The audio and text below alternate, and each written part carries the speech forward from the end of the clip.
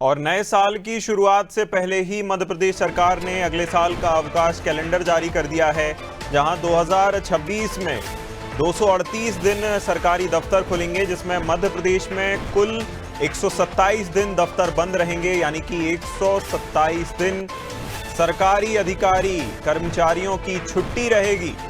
शिक्षकों के अवकाश नियमों में बदलाव किया गया है, जहां चाइल्ड केयर लीव में भी बदलाव हुआ है। यानी कि अब 127 दिन सरकारी अधिकारी और कर्मचारी छुट्टी पर रहेंगे। तो मध्य प्रदेश सरकार की ओर से नए साल की शुरुआत से पहले ही अवकाश कैलेंडर जारी कर दिया गया है और मध्य प्रदेश सरकार की ओर से 127 दिन दफ्तर बंद रखे जाएंगे। यानी कि सरकारी दफ्तर 127 दिन बंद रहेंगे। ज्यादा जानकारी के लिए दिव्या हमारे साथ लगातार बनी हुई हैं। दिव्या, देखिए, कैलेंडर जारी हो गया है, अवकाश कैलेंडर, और 127 दिन 265 दिनों में से 127 दिन छुट्टी का ऐलान किया गया है सरकार की ओर से अधिकारी कर्मचारियों के लिए। क्या अपडेट? छुट्टियों का जो नियम है वो बदले गए हैं और संशोधनों के साथ फिर से ये जी इसी बीच जो सरकार है उसने अपना जो छुट्टियों का अवकाश का कैलेंडर होता है वो जारी कर दिया है, जिसमें से 365 दिन में से 127 छुट्टियां जो कर्मचारियों और अधिकारियों को मिलेगी।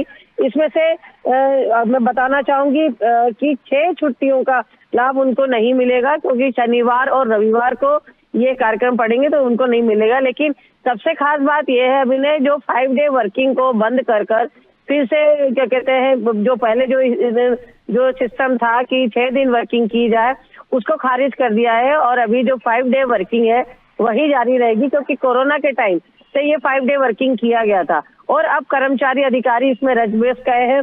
और दूसरा इसकी जगह जो टाइमिंग्स होती हैं, जो कर्मचारियों की जो ऑफिस टाइमिंग है वो बढ़ा दी गई है। तो जो पहले इसे खारिज करने की बात की जा रही थी, जो इसको खारिज करने की बात की जा रही थी 5 डे वर्किंग को, अब वो 5 डे वर्किंग लगातार चलती रहेगी और कर्मचारियों को, अधिकारियों को शनिवार और रविवार की छुट्टी मिलेगी। इसके साथ ही जैसे मैंने आपको बताया कि नियमों में एक बड़ा बदलाव किया गया है। अब ये साफ कर दिया गया है कि जो छुट्टियां हैं वो कर्मचारियों का अधिकार नहीं है, वो एक सुविधा है जो सरकार उन्हें देती है। और जो सबसे बड़ा चाइल्ड केयर लीव में जो बदलाव किया गया है कि जो 2 साल की जो लीव मिलती है उसमें 1 साल तो आपको 100% सैलरी मिलेगी और अगले साल जब आप फिर से लेंगे तो उसमें 80% जो है सैलरी मिलेगी। इसी के साथ जो ईएल में सबसे बड़ा बदलाव किया गया है, पहले पूरे साल के आखिर में ईएल मिलती थी, लेकिन अब जो कर्मचारियों से 6-6 महीने के अंतराल में ईएल मिलेगी, जैसे 15 और 15, तो वो बीच में कभी भी अवेल कर सकता है। तो ऐसे तमाम छोटे बड़े बहुत सारे ऐसे जो नियम है वो इस बार बदलाव किए गए हैं, जिसका सीधा असर इस बार कर्मचारियों पर पड़ेगा। बिल्कुल, कहीं ना कहीं जो है बड़ा बदलाव भी देखने को मिला है। और साथ ही साथ देखिए, जो चाइल्ड केयर लीव है उसको लेकर भी सरकार ने बड़ा फैसला लिया है, बदलाव किया है, जिसे लेकर भी अब कर्मचारियों के बीच किस तरह के रुझान सामने आते हैं ये देखने वाली बात होगी। दिव्या, ये भी जानना चाहेंगे कि देखिए, जो चाइल्ड केयर लीव है, या हम कहते हैं जिस तरह से जो जब पेरेंट बनता है, कोई नया पेरेंट बनता है तो उसके लिए भी लीव दी जाती है, तो उससे लेकर क्या रुझान सामने आते हैं कर्मचारी अधिकारियों के, ये भी बड़ी बात होगी। तमाम जानकारी के लिए बहुत शुक्रिया।